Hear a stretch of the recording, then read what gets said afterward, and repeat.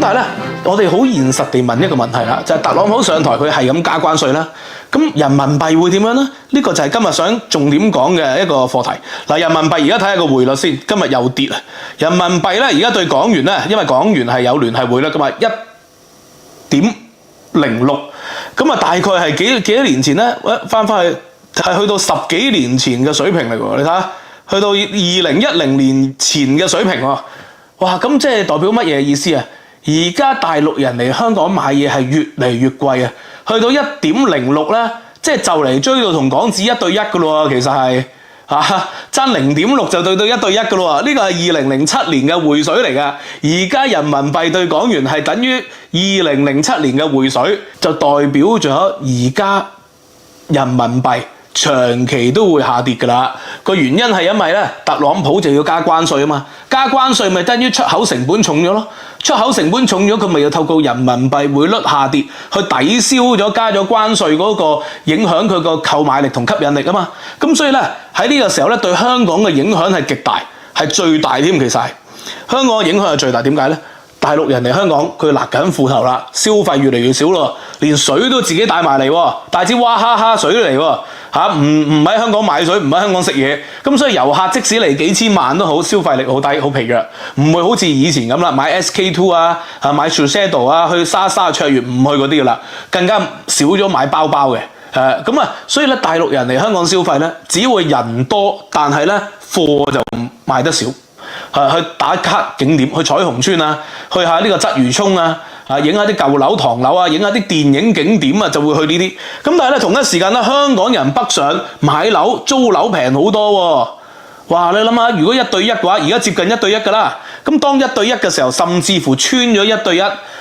對90幾嘅時候，咁咧啲香港人北上租樓買樓咧，只會成行成風啊。呢個係對香港嘅樓市，對香港嘅物業，對香港嘅零售有災難性嘅打擊喎。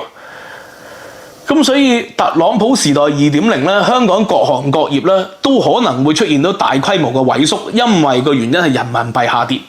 咁而香港有聯繫匯率㗎嘛，你係強方弱方都係大概7.7啊、7.8、7.9嘅啫嘛，你變唔到㗎嘛。香港有聯繫匯率，除非咧。聯繫匯率出現咗大變動，咁因為咧而家咧報章報導彭博社報導咧就話聯繫匯率有機會脫歐喎，點解咧？美元即係呢個嘅地位就會受到挑戰。而家咧喺特朗普1.0嘅時代，特朗普已經提出咗話要將聯繫匯率脫歐㗎啦。咁但係當時喺美國嘅官員反對。而家2.0，特朗普會唔會再有咁嘅諗法咧？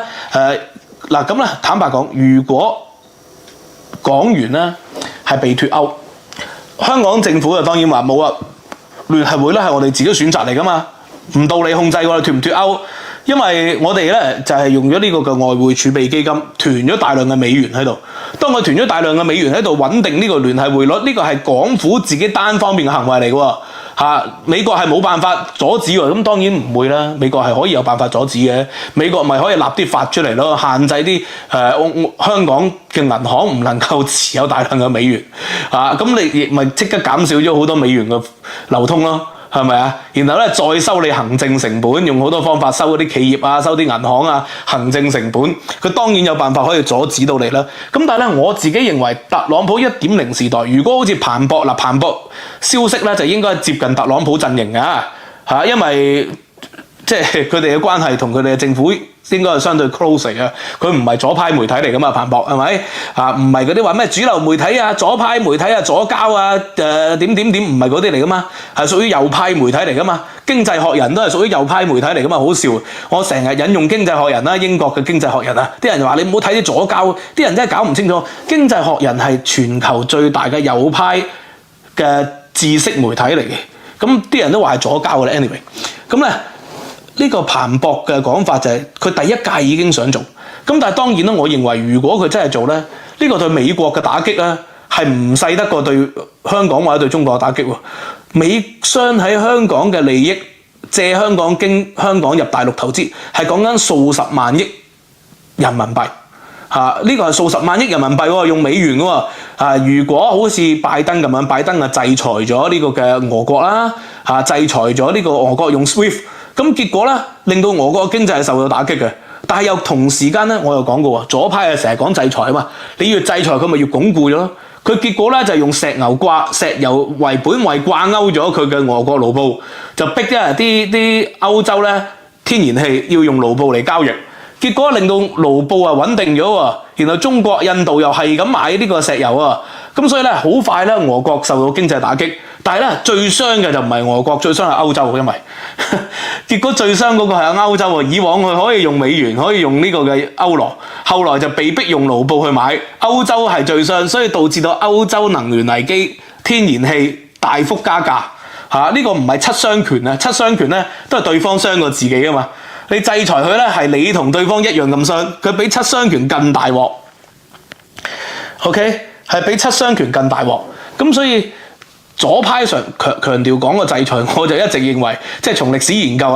我就認為咁樣係冇效所以我就唔係好認同制裁嘅。咁結果咧，你越制裁佢咪越內固咯，越鞏固咯。咁同樣道理喎，拜登時期吃咗呢個虧啦，俄國嘅盧布。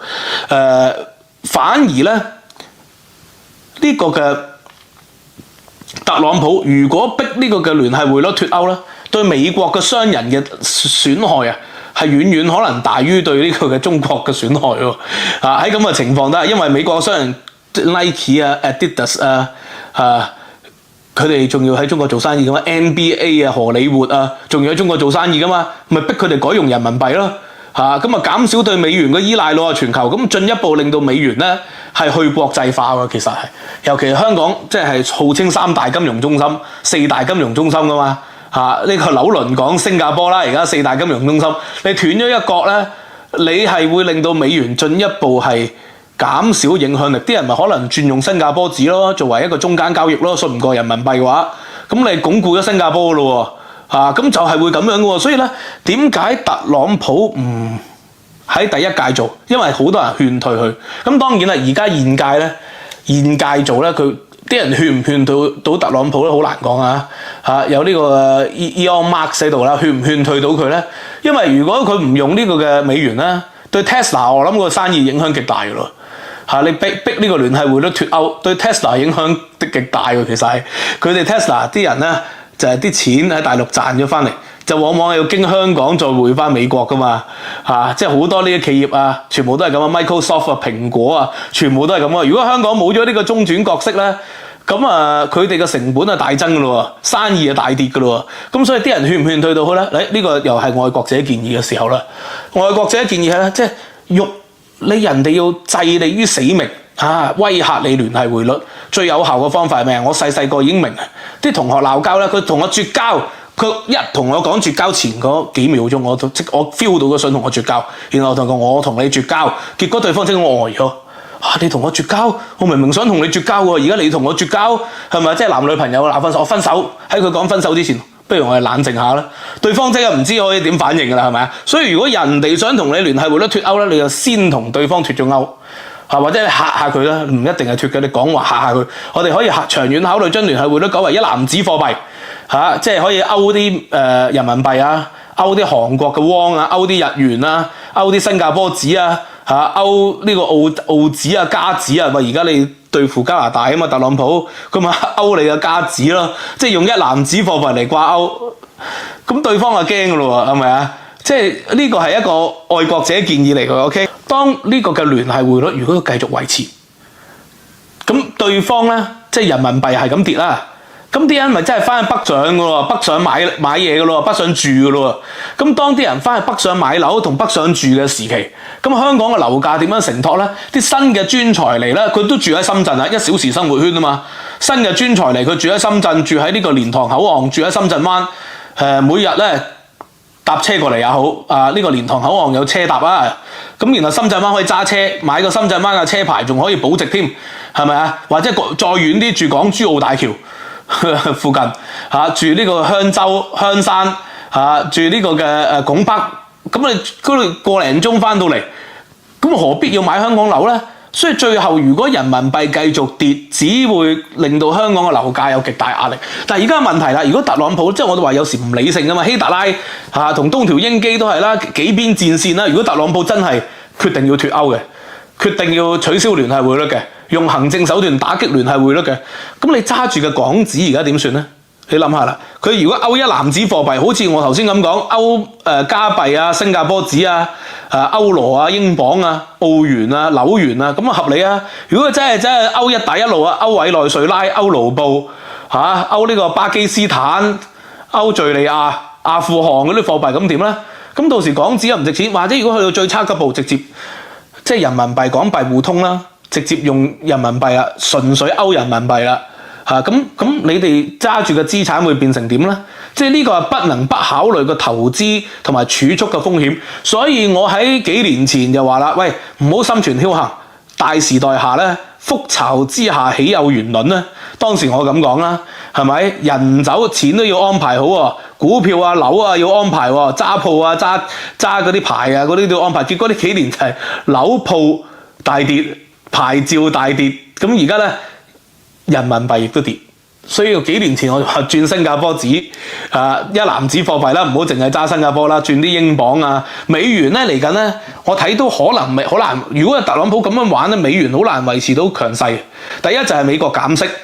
第二咧就係佢不斷同其他國家脫歐嘛。咁其實令到美元喺國際上流通嘅地位係減低嘅，咁所以減低咧，啲人咧而家中國係咁放啲美債啊，減持美債啊，其他國家都會陸續減持美債嘅，咁所以喺咁嘅情況底下，美元咧好難維持到極強勢喎，其實係